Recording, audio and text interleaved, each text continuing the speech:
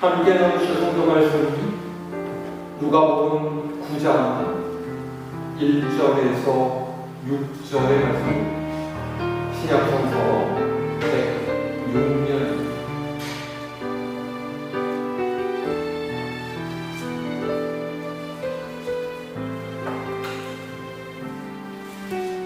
누가복음 9장 1절에서 6절까지 제가 이제 여러분이 한 절씩 읽습니다. 예수께서 12제자를 불러 모으사 모든 귀신을 제어하며 병을 고치는 능력과 권위를 주시고 하나님의 나라를 전파하며 병든 자를 고치게 하려고 내어주시고 이르시되 여행을 위하여 아무것도 가지지 말라. 지팡이나 배낭이나 양식이나 돈이나 두 벌 옷을 가지지 말며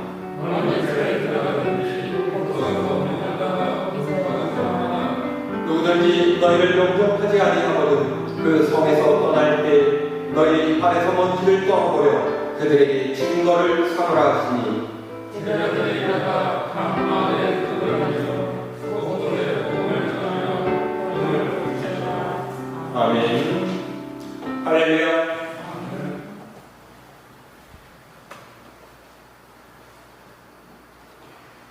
지금은 코로나19 때문에 그럴 기회가 별로 없지만 밖에서 1박 2상을 해야 하는 여행을 다니다 보면 저절로 늘게 되는 것이 두 가지가 있습니다.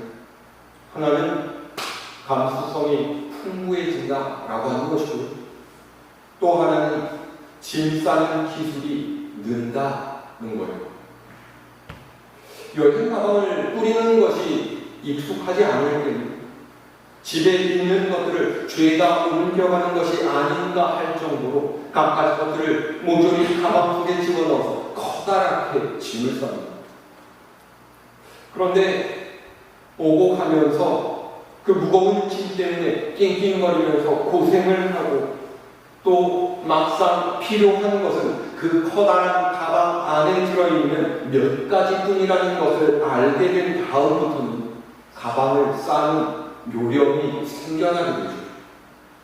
모든 물품은 최소한 가장 필요한 것만 챙기고, 커다란 불편이 없는 한 쓰지 않거나 그렇지 않으면 그것을 대용할 수 있는 작은 것을 찾고 발견하는 지혜가 생기게 됩니다. 그러다 보면은 철학적인 생각 하나가 떠오르게 돼요. 많이 가지고 있다고 해서 편하고 좋은 것만은 아니구나. 오히려 비우고 버릴수록 가벼워져서 훨씬 더 몸과 마음이 즐겁고 행복한 여행을 할 수 있구나 하는 것이죠. 참 간단한 생각인데, 비단 이것이 짐을 싸고 여행 가방을 꾸리는 일상의 소소한 일에 국한되는 것이 아니라 우리의 삶의 자리에서도, 또 우리 신앙의 모습들에도 적용될 수 있겠다 하는 생각이 들었습니다. 예전에도 말씀을 드린 적이 있습니다만, 예수님과 그분을 따르는 제자들의 생각은 참 많이도 달랐습니다. 예루살렘으로 올라가는 길은 예수님께 있어서는 십자가의 죽음을 향해서 하는 길이었지만, 제자들에게는 앞으로 얻게 될 세상의 영광을 기대하면서 가는 길이었습니다.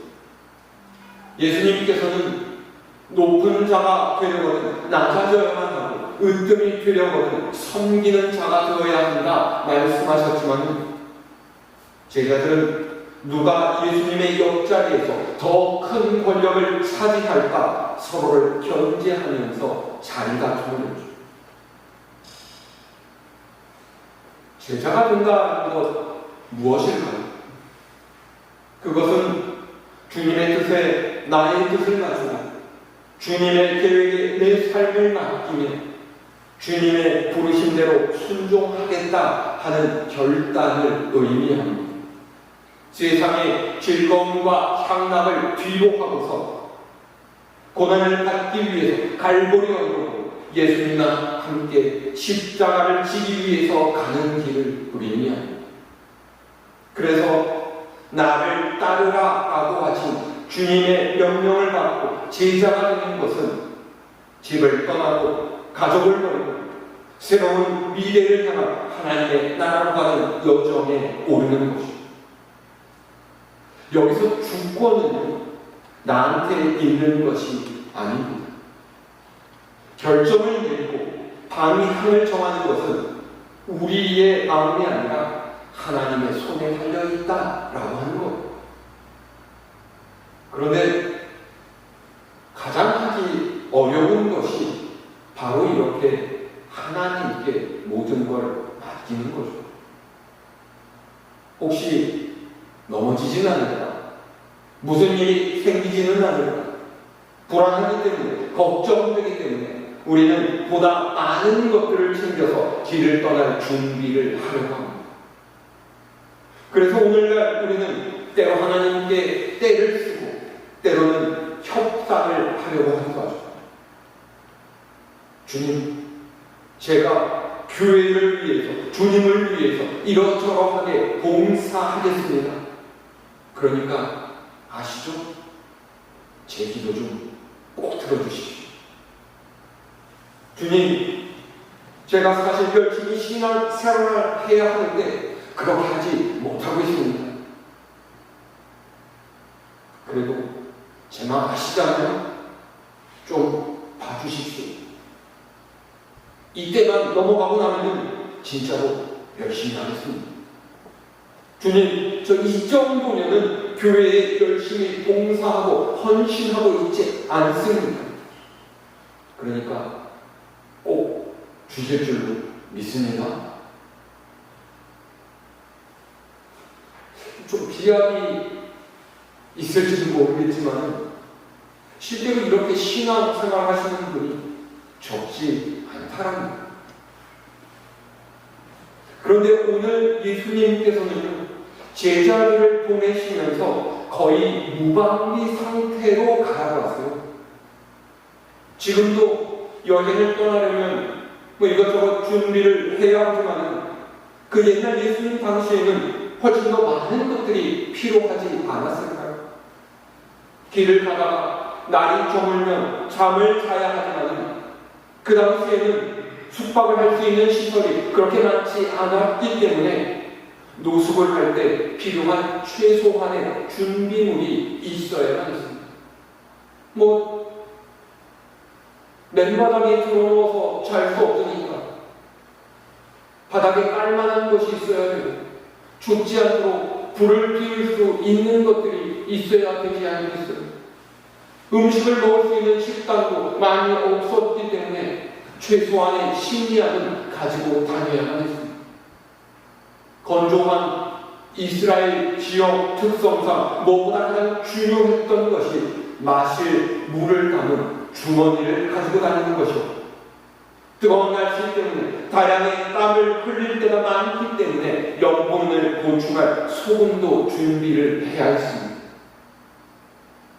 가슴 속에는 돈을 채워둔 전대를 차고 때로는 복통과 빈번한 전쟁, 강도의 기습을 감안해서 자기의 몸을 지킬 수 있는 작은 무기라도 하나 있어야만 했습니다.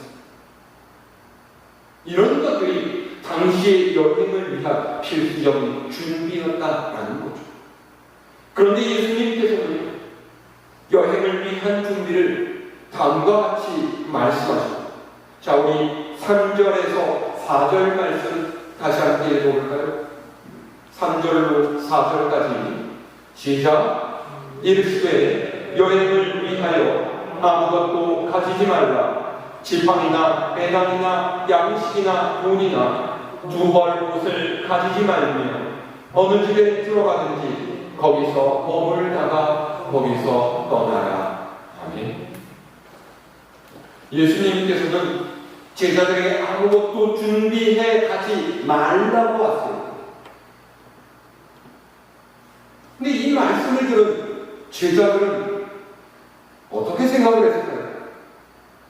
선생님의 말씀을 따르는 것이 옳지라고 생각하면서도 그 말씀 그대로 따르기에는 좀 난감하기도 하고 불안하기도 하고 걱정이 되기도 하고 그러지 않겠습니까? 여러분 같으면 어떻게 하시겠어요? 집 떠나기 전에 주님, 제가 이렇게 해서 이런저런 여행을 다녀오려고 합니다. 절 지켜주시고 붙들어 주십시오. 무사히 다녀오게 해주세요. 근데 갑자기 예수님께서 너 가지고 가는 거 다 내려놓고 지갑도 빼놓고 카드도 빼놓고 핸드폰도 내려놓고 아무것도 가지지 말고 가라.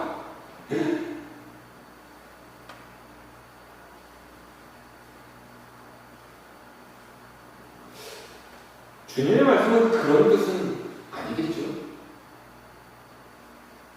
여러분 잘 아시다시피 이스라엘 민족의 가장 위대한 지도자 중 한 명이 바로 모세입니다. 그는 애굽 왕 바로의 통치 아래에서 신음하고 있던 이스라엘 백성들을 건지기 위해서 하나님께서 준비해 놓으신 가장 적합한 인물이었다라고 말할 수 있습니다.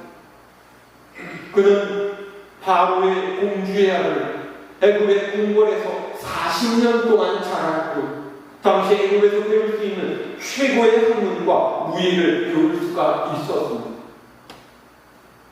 그런데 그렇게 자라난 다음에 어떤 일이 벌어지나?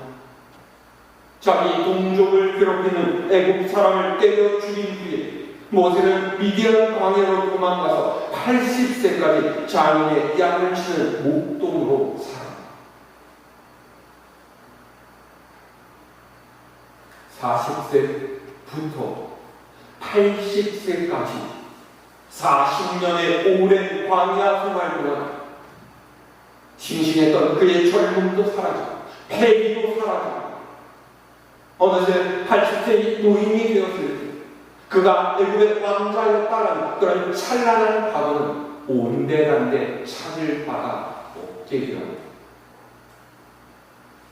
하나님께서 이스라엘 백성을 애굽에서 건져내기 위해서 모세를 부르셨을 때 모세는 자기에게 아무것도 준비되어 있지 않다라고 고백합니다. 바로의 강한 군대, 권력에 맞서 싸울 수 있는 어떤 군사적인 힘이나 그들을 통솔하는 데 필요한 지혜와 전략 그런 것뿐만이 아니라 이스라엘 60만 백성을 가나안으로 데리고 가는 데 필요한 식량, 마실 물, 필요한 옷, 그 외에 갖가지 필요한 물자들은 모세가 생각할 때 절대 구할 수가 없는 것들이었어요. 그래서 모세는 대답하죠. 하나님, 저는 할 수가 없습니다. 저 말고요 다른 사람을 보내십시오. 그런데 하나님께서는 그분의 부르심을 거절하는 모세에게 말씀하세요. 모세야, 네 손에 있는 것이 무엇이냐? 모세가 손에 쥐고 있던 것은 양을 치는 데 쓰던 지팡이였습니다. 장인의 양을 몰아갈 때 필요한 것이었고 혹시라도 사나운 짐승이 나타났을 때 쫓아내고 위급할 때 자신을 지킬 수 있는 그가 의지하는 유일한 도구가 바로 양치는 목동의 지팡이였다라는 거죠. 그런데 하나님께서는 너 그것을 땅에다가 던져라 라고 말씀하셨습니다.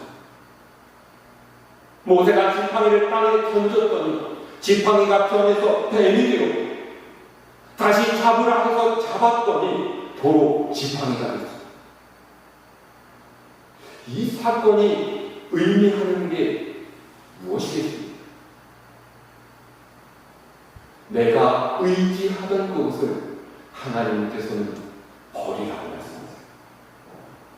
내가 의지하고 쓰는 그것이 무엇이든지 그것은 전부 다 하나님께 속한 것일 뿐만이 아니라 하나님의 뜻대로 이루어지는 것이니 세상의 것을 의지하지 말고 세상의 치, 세상의 힘, 세상의 능력을 버리고서 오직 하나님만을 의지해라 라고 하십니다. 하나님의 말씀을 듣고서 모세는 자기의 지팡이를 의지하는 것이 아니라 하나님을 의지하기 시작합니다.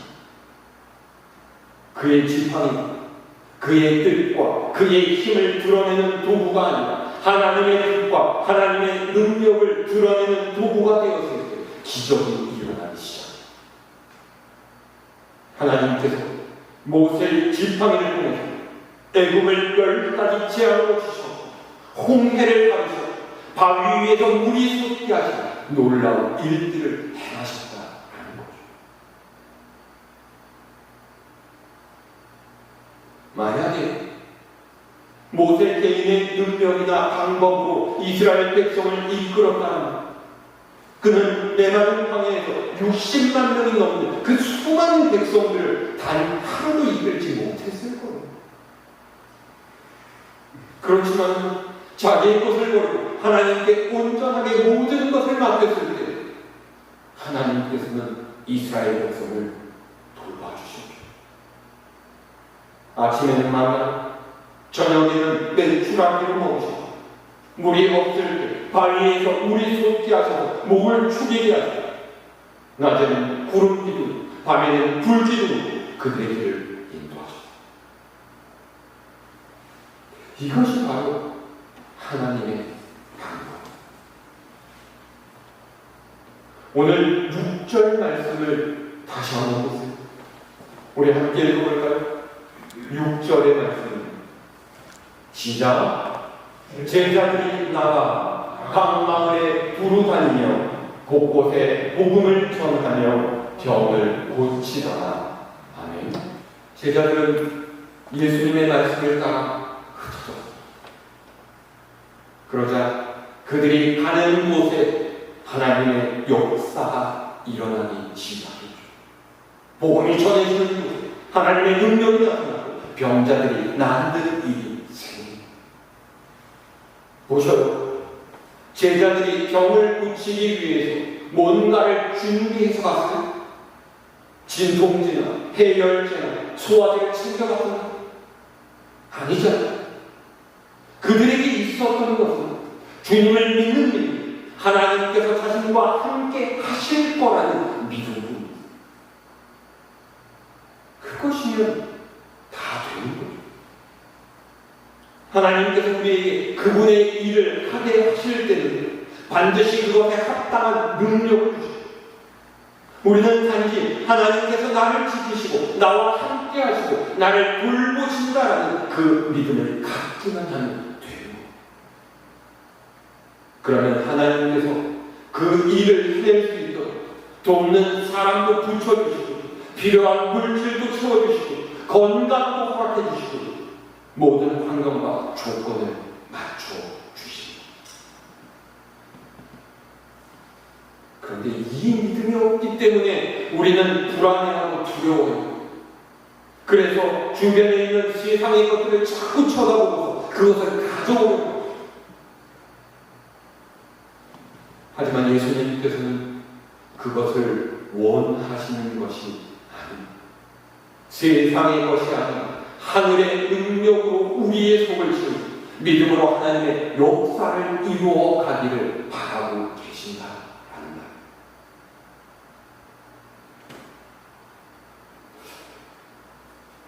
오늘 말씀에서 우리가 얻는 교훈이 무엇이겠습니까? 하나님을 따르는 삶, 주님을 쫓는 길은 자기를 버리는 삶이다라는 것입니다. 예수님이 제자들이 부름을 받았을 때 배를 버리고 그물을 버리고 심지어는 집과 가족마저 버리고 주님을 따라갔습니다. 그렇습니다. 예수님을 따르는 삶은 더 귀한 것을 쫓기 위해서 자신을 버리고 비우는 삶입니다. 그리스도인은 움켜쥐고 채우는 것이 아니라 버리고 비우는 훈련을 해야 돼요. 예수님을 보십시오. 주님께서는 하늘의 영광을 버리셨고 하나님과 동등되도록 버리셨으니 자신의 것을 다 버리고서 종의 모양을 입으셔서 인간이 되어서 육체를 입고 이 땅에 오셨고 십자가 위에서 물과 피를 다 쏟고 온전히 자기를 비우셨습니다. 사람들이 예루살렘으로 가는 길, 더 많은 물질을 소유하기 위해서 가는 길입니다. 권력을 찾기 위해서 가는 길이에요. 명예를 가지려고 가는 길이고 더 많이 소유하려고 하는 사람들이 가는 길. 그러나 우리 주님께서 가시는 갈보리 언덕 십자가의 길, 철저하게 주님의 제자가 되어서 자기를 비우는 사람들만이 쫓아갈 수 있는 길입니다. 가지지 않을 준비가 된 사람들만 갈 수 있는 길. 자기의 목숨을 미워할 만 철저히 준비된 사람만 갈 수 있는 길입니다. 그 길의 끝에 영생이 있습니다. 천국이 있습니다. 하늘의 상급이 준비되어 있습니다. 여러분, 어느 길을 걸어가고 계십니까?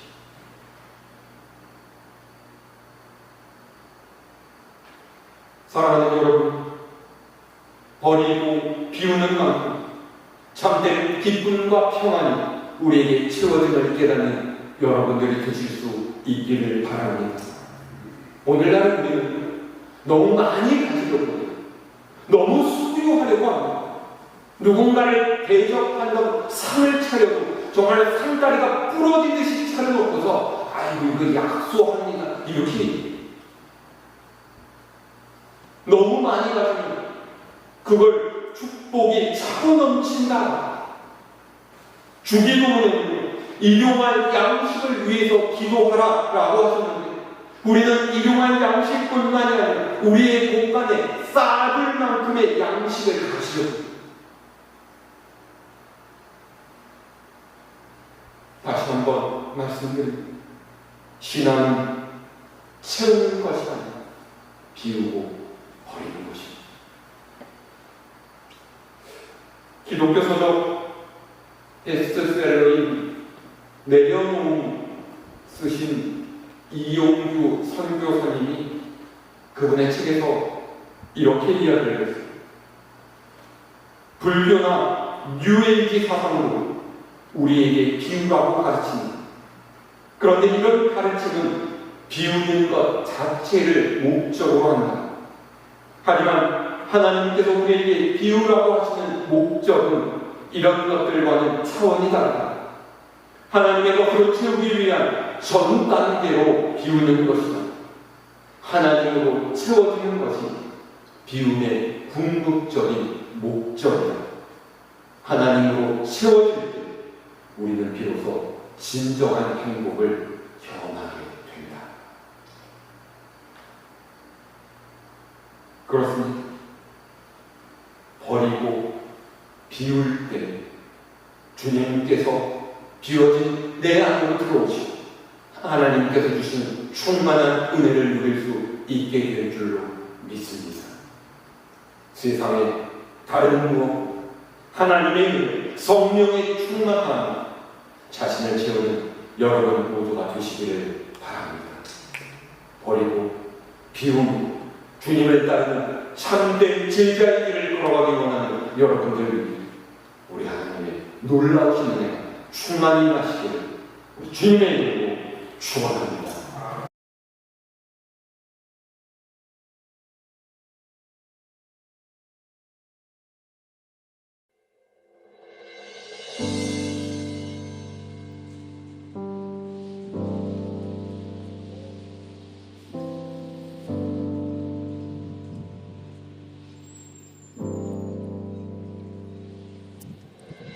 알 수 없는 보이지 않는 끝도 없는 막막함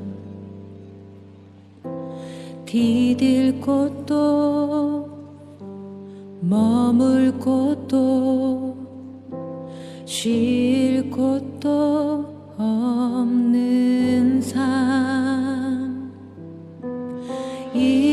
어둠 속 암흑한 가운데를 홀로 바라보시는 분, 아무도 없는 이곳으로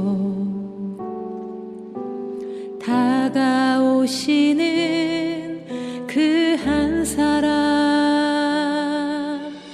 예수, 예수, 예수, 살리시는 분, 예수,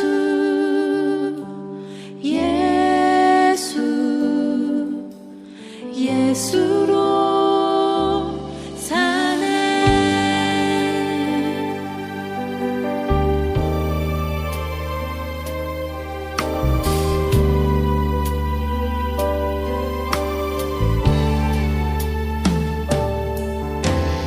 알 수 없는, 보이지 않는, 끝도 없는 막막함, 디딜 곳도 머물 곳도